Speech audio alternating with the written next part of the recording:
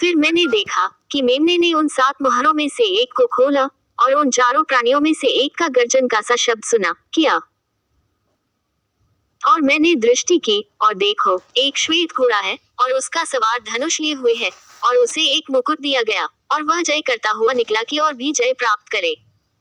और जब उसने दूसरी मोहर खोली तो मैंने दूसरे प्राणी को यह कहते सुना किया। फिर एक और घोड़ा निकला जो लाल रंग का था, उसके सवार को यह अधिकार दिया गया कि पृथ्वी पर से मेल उठा ले ताकि लोग एक दूसरे को वध करें और उसे एक बड़ी तलवार दी गई। और जब उसने तीसरी मोहर खोली तो मैंने तीसरे प्राणी को यह कहते सुना किया। और मैंने दृष्टि की और देखो एक काला घोड़ा है। और मैंने उन चारों प्राणियों के बीच में से एक शब्द यह कहते सुना कि दीनार का सेर भर गेहूं और दीनार का 3 सेर जव और तेल और दाख रस की हानि न करना। और जब उसने चौथी मोहर खोली तो मैंने चौथे प्राणी का शब्द यह कहते सुना किया।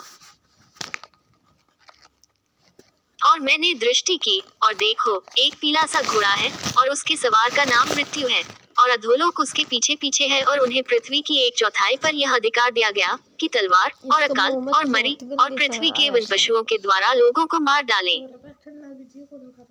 और जब उसने 5वीं मोहर खोली तो मैंने वेदी के नीचे उनके प्राणों को देखा जो परमेश्वर के वचन के कारण और उस गवाही के कारण जो उन्होंने दी थी वध किए गए थे। और उन्होंने बड़े शब्द से पुकार कर कहा, हे स्वामी, हे पवित्र और सत्य, तू कब तक न्याय न करेगा और पृथ्वी के रहने वालों से हमारे लोहों का पलटा कब तक न लेगा। और उनमें से हर एक को श्वेत वस्त्र दिया गया और उनसे कहा गया कि और थोड़ी देर तक विश्राम करो जब तक कि तुम्हारे संगी दास और भाई जो तुम्हारी नाई वध होने वाले हैं उनकी भी गिनती पूरी न हो ले। और जब उसने 6वीं मोहर खोली तो मैंने देखा कि एक बड़ा भूडोल हुआ और सूर्य कंबल की नाई काला और पूरा चंद्रमा लोह का सा हो गया। और आकाश के तारे पृथ्वी पर ऐसे गिर पड़े जैसे बड़ी आंधी से हिलकर अंजीर के पेड़ में से कच्चे फल झड़ते हैं।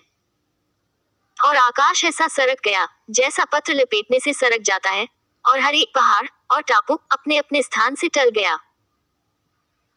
और पृथ्वी के राजा और प्रधान और सरदार और धनवान और सामर्थी लोग और हर एक दास और हर एक स्वतंत्र पहाड़ों की खोहों में और चट्टानों में जा छिपे।